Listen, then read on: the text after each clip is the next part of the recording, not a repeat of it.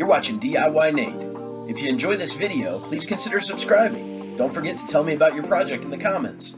Alright friends, today I'm really excited to talk to you about a diverter replacement in my Price Pfister shower. I have a 3-handle 8-inch valve body. The model on it is a 01-31XA series. The specific faucet I had, which is probably less relevant for most of you, but the one that I was working on is an A.112.18.1M.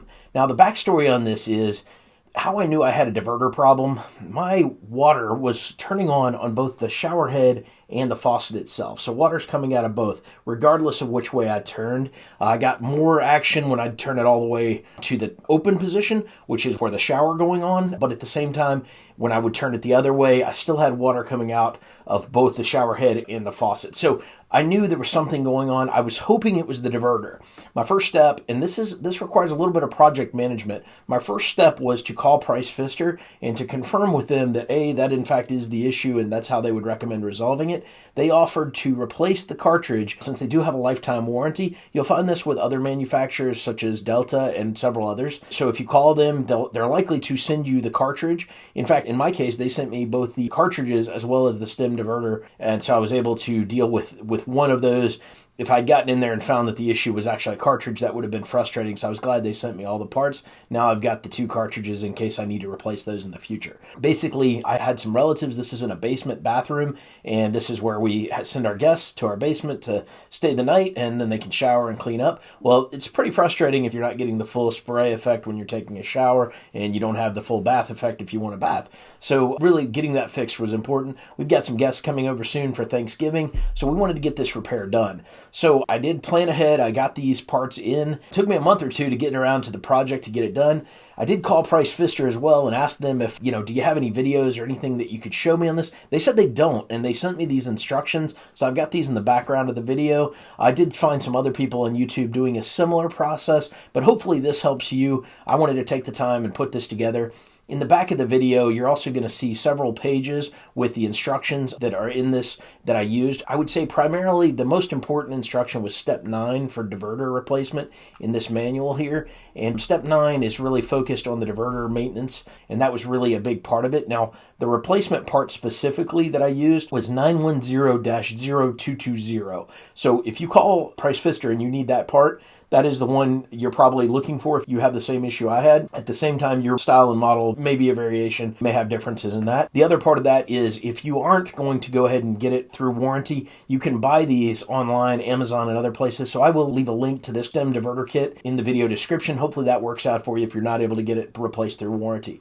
Long story short though, step 9 really covered it. There is something around checking your diverter valve seat for maintenance there as well. That could also be your issue. Fortunately, I didn't have to deal with that. Probably the hardest part of this project. Once I got the access to it, I found that I couldn't really get my hands into where the tile had kind of gone over there. So I was able to find a deep socket that I had and was able to use a deep socket. A lot of people might not have that, but hopefully you're able to still get access to it. You might have to get creative in how you can get that, or you might have to go pick up a deep socket or something like that, or some other form of pliers, something that you can grip if you've got a tight space, or cut a little bit bigger of a hole. They do reference though in step 9, they go back to step 6 and 7 where it talks about how to unscrew the faceplate for that too. So we'll cover that in the video, but hope you enjoyed this video. Hope it helps you out. If you did enjoy the video, don't forget to like, comment, and subscribe. Thanks so much for watching DIYNate, and have a great day.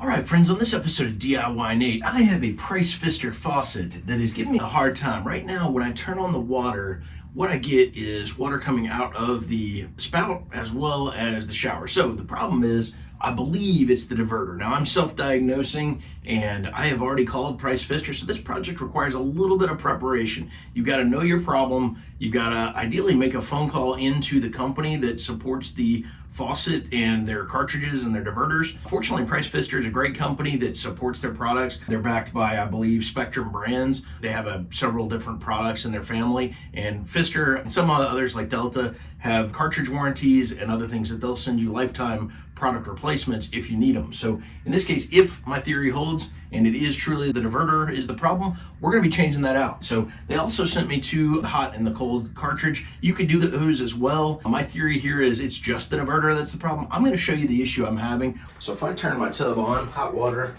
there's my cold water, there's my hot water. that works fine. I've got, actually it doesn't work fine. I've got my diverter set to one side. I can shut it all the way off, but I've still got leaky water coming out there. I've got water pouring out the top as well, way up there. So that shouldn't be happening. That might also be just a function of what's going on at the top. And then when I put my diverter all the way to closed, I've still got water coming out the top. So that tells me I've got a problem. We're gonna deal with it in short order, and let's get to it. So my problem, I think, is the diverter, and the other issue I might have to deal with up there, that shower head was leaking some water out when it was closed off. So we'll just try and see what we got. Let's go ahead and shut the diverter. That would be the full on shower position. And I believe this shower, in the instructions, they're gonna call for it to be turned set to on. And I think this would be on because the shower is in full motion, or as much of full motion as we can call it. So our first step here, I've got to turn off the water because I want to make sure I don't have any water coming through. I really think for this diverter change though, because I've got both handles turned off, I don't think it actually matters that I've got the water cut off, but the instructions do say to cut it off. I'm going to play it safe. I definitely don't want a bunch of water in my walls. So my access is up here somewhere, and I'm going to want to flush the line, make sure I've got the pressure turned off all the way. And it's always interesting in my house figuring out where this stuff is. It's actually right here. Turning it righty-tighty, cut our water all the way off. Here. There we go.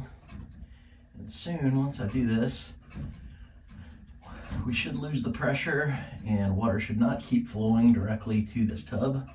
And the hot water will, the tank will just have water in it and not be pushing any more pressure. So that's our first step, turning the water off. So make sure you do that. Step number one, water off. All right, so now we've got our water turned off. And in theory, we should be able to open it up here. And we'll only get a little bit of water since there's no pressure going. And I'm gonna drain that out, hopefully. And remember, I did say we want to have that all the way open, so I'll remember to push this back down and drain that water off. Let our water kind of dispel what's in the line. Might take a little while. Okay, it took about 4 or 5 minutes for that water to completely bleed dry. I'm guessing it's a function of just how much water is in the line and how much it needed to take off. But now we're ready to get started with a valve release. We're going to let it drain just a little bit more, and then I'm going to open up that valve all the way back down so that it's in the open position again. I think they wanted that so that when you tighten it in there, you can rotate it back. I'll include the instructions in some screenshots here too so you can see what I'm working with. Hopefully that'll help for everybody who's trying to figure out what they've got. So model numbers and things like that can be tough to find on these things too. So if you're wondering what model number I'm using, this is the shower right here. Water is mostly drained. We're ready to do the diverter. All right, so before you get started with any project, I would make sure you've got the right equipment. I've got some channel lock pliers here I'm going to use, just another set of pliers just in case, a little straight edge to pop this little rivet off of there, see if I can get in there, and a screwdriver just in case, and of course I've got a Phillips head somewhere around here that I'll pull out later when we're in that part. Let's take a look what's in our package. This is what Pfister sent me. They shipped off several different parts. They sent some cartridges, but I'm pretty sure the one that I need, the stem, is 9100220. This was covered under their warranty, which was great.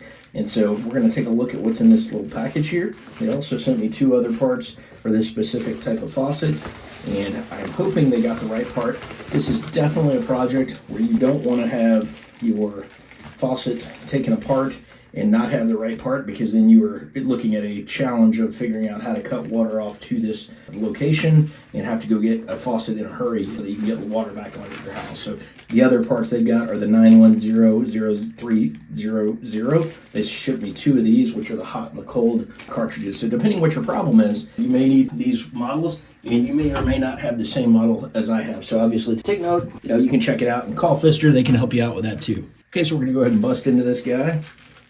Ripping them open. Make sure you pay close attention. There's a gasket in here, a little seal. So I've got that pulled. And then we've got this other part here. And so that is our full unit, the 910220. And so we're good there. And we'll go ahead and install this in just a second. We're going to make sure we've got the parts out. And again, the instructions here, pretty self-explanatory, but for even somebody like me who does stuff like this a fair amount, this project does feel a little like you could create some problems for yourself. So we're going to go through the process. Step 9 is really around the diverter valve maintenance. I don't think we're going to need to go into the diverter valve seat maintenance. We're going to reach our finger in there and just feel and see if the seat is okay. But step 10 seems to be more about the valve seat, and step 9 is more about the diverter valve maintenance. It seems pretty straightforward. First step is turn off the water. See instructions 6 and 7 for trim removal. And then prior to the removal of the stem and bonnet, they want you to check that out. In step 9A, be sure the stem is in the full on position and water is turned off. So I believe full on position is going to be this, where the shower head would be fully on. And I'm going to leave these open as well, since that's what it's asking for. It's hard to understand that instruction. Basically says, be sure the stem is in the full on position and water is turned off. I believe, again, for my shower, full on would be opening it all the way up, and then be sure the water turns off. It says unscrew the stem and bonnet assembly, 9A. So in this picture, unscrew that, and then remove the bonnet washer, 9B, and then inspect and replace parts, 9A or 9B, as necessary. So I believe we're going to be able to just take that and go with it. So let's do it. So our first step here, and this is always a little bit tedious. I'm going to make sure I get a good video for this. And this was probably the thing that when I did another cartridge or valve replacement at one point, the hard part for me was understanding that there is actually a cap here on top of this little unit. And so a lot of people are like, hey, where do I go to do that? Well, you got to get in here underneath this little cap. And this thing is really loose too already. So you're going to pop him off like that. Be careful. Don't let him go down your drain, especially if you have a drain open. And so once you've got that piece is a very small piece, but it can be tedious to get to. So that's why we've got the little spatula there. I'm going to set my part to the side. And then we're going to try and see what it feels like in there. I think it might be a Phillips head. I'm going to take a closer look.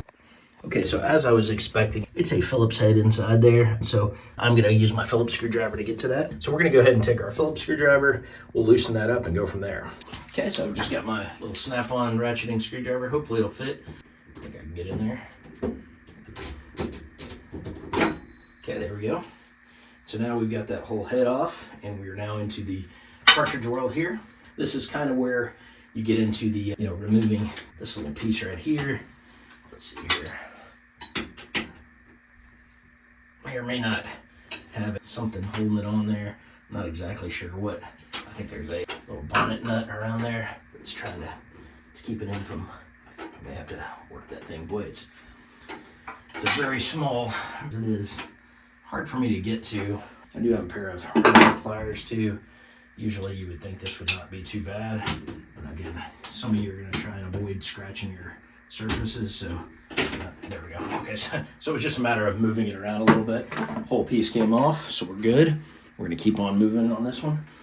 And so now we've got a little bit of access, and we should be able to loosen or unscrew this. I don't have much room to work here, and because of that, I'm going to take this very carefully. So right here, we're just going to take our pliers, and normally I would use my channel locks here, but because of the angle, it's a little bit tough. I think I'm supposed to go in a little bit deeper, which is going to be a challenge since I don't really have much to grip onto. So similarly, there's this part, and that's what we've got. Really, we need to be getting into that piece, but it is in there good.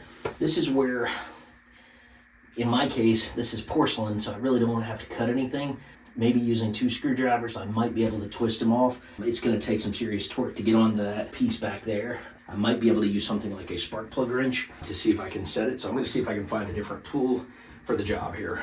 Okay, so we are now having to earn our keep because the original thought was it would be easy to turn this thing off. And what I'm seeing is it is in there far enough that it's going to make it difficult for me to get to because of the nature of the location. So I went and checked a couple things. I said, hey, maybe a spark plug wrench from a mower would work, and it could actually get past that first level, but it won't get past that, so it's only going to turn that diverter knob, and it's not going to turn the actual piece there. Another thought I had was maybe I could try some screwdrivers and get up under there, and I might have success with that if I get desperate, but I went for a deep socket here and checked this, and unfortunately I had the size that I was looking for, and it looks like that'll grip.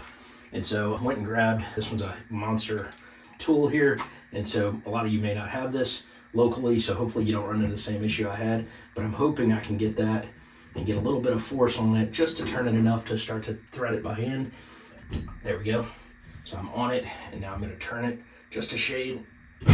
That breaker bar on there, it gives me a little bit of extra force. I would have normally just used a regular socket, but put them on there again. Now it's a little easier to get out of there. I can rotate him, twist him out, and I'm not hearing any problems so far, so that's a good sign. This is something I haven't done this type, and so of course I'm nervous about it. Being in the wall in a basement, you know, any kind of damage could result in me not wanting to go further. I'm starting to see some water come out. I'm gonna let that drain while we relieve it. That would probably be the water in that pipe there. Hopefully we don't have that going in the wall, but again, that's why you want to let your water out so that you've got as minimal impact as you can get. Let that keep going there. Handy tool to have. Fortunately, I had it in the garage. I have a lot of tools such as this one, and so, you know, that was beneficial for me. So I'm going to keep letting him drain a little bit more there.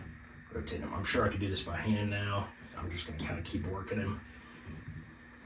And you can see we've now got him this far out.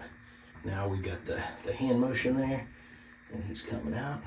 So now I can actually get my thumb on there and hopefully get him out of there, no problem. So a little water coming out. And that is what we were hoping to see.